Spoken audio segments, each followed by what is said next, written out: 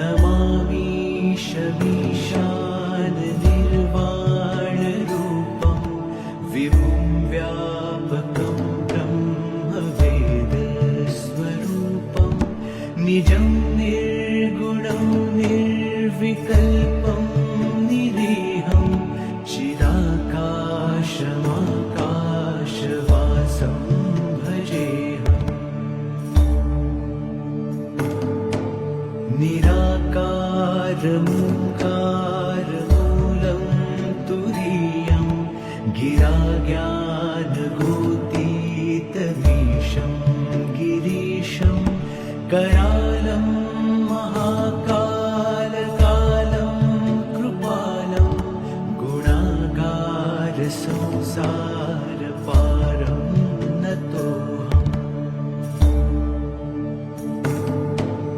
तुषाराद्रिसङ्काशगौरं गभीरं मनोभूतकोटिप्रभाश्रीशरीरं स्फुरन्मौलिकल्लोलिनी चारुगङ्गा लसद्भालबालेन्दुकण्ठे भुजङ्गा।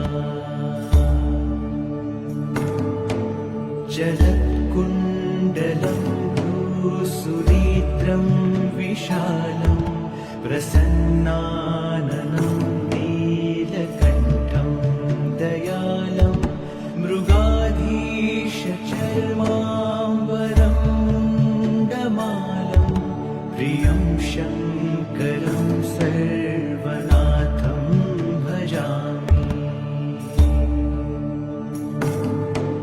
प्रचण्डं प्रकृष्टं प्रगल्भं परेशम् अखण्डम् अजं भानुकोटिप्रकाशं त्रयशूलनिर्मूलनं शूलपाणिं भजेऽहं भवानी पतिं भावगम्यम्।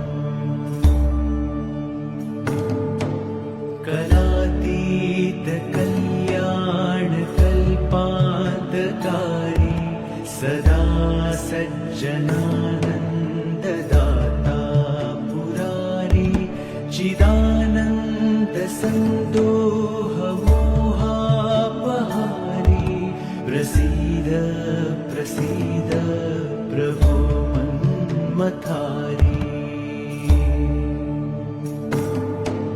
न यावत् उमानाथ पादारविन्दं भजन्ति लोके परे वानराणां न तावत् सुखं शान्तिसन्तापनाशं प्रसीद प्रभो सर्वभूताधिवासम्।